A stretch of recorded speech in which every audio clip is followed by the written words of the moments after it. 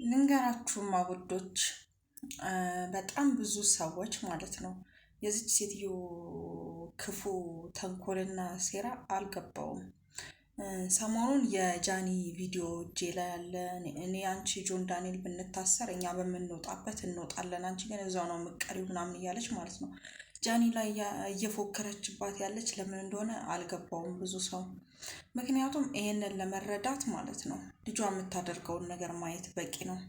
ልጇ በጣም የትኩረት ማጣት እያንገላታት ነው። እናትየው ልጅቷ ከተፋታች ምናምን በኋላ ማለት ነው በጣም ብዙ ሰው ልጇ ላይ ትኩረት እንዲያደርግ ፈልጋ ነበረ።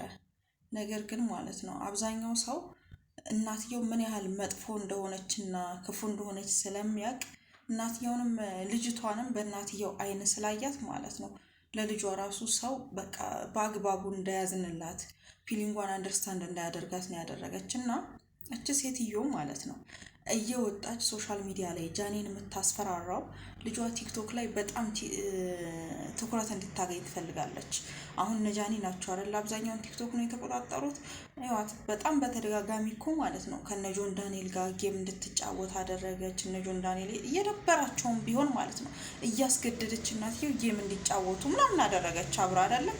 ያን ብዙም አላስደሰታትም። የሰውም ሪያክሽን ያን ያህል አልነበረም። ጌም ተጫወተች፣ ተሸነፈች ምናምን በቃ እሱ ነገር በጣም ነው የሚያበሳጫት እችን መጥፎ ሴትዮ ማለት ነው። እና አሁን ዋናው ታርጌቷ ማለት ነው ጃኒን አሸማቃ ከቲክታክ መንደር እንድትጠፋ አድርጋ የሰው ትኩረት ሙሉ ለሙሉ ልጇ ላይ እንዲሆን ነው ፍላጎቷ። እንደዛ ደግሞ በፍጹም አይሳካልሽ። ምክንያቱም አንቺ በጣም መጥፎና ክፉ ሰው ስለሆንሽ ማለት ነው የአንቺ ስራ ለልጅሽ ይቆያታል። ማወቅ ያለብሽ ነገር ሰው በሰራው ልክ ነው ዋጋውን የሚያገኘው። እና ማለት ነው ጃኒን የምታስፈራራበት ዋናው ምክንያቷ ይሄ ነው።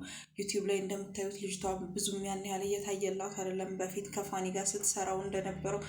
አሁን ያላት አማራጭ ገንዘብ ለመስራት ቲክቶክ ነው። ቲክቶክ ላይ ደግሞ ሌላ በቃ ተጽዕኖ ፈጣሪ የሚባሉ ስፔሻሊ ደግሞ ሴቶችን እናቷ እንድታጠፋላት ተነጋግረው ነው እየሰሩ ያሉት ማለት ነው።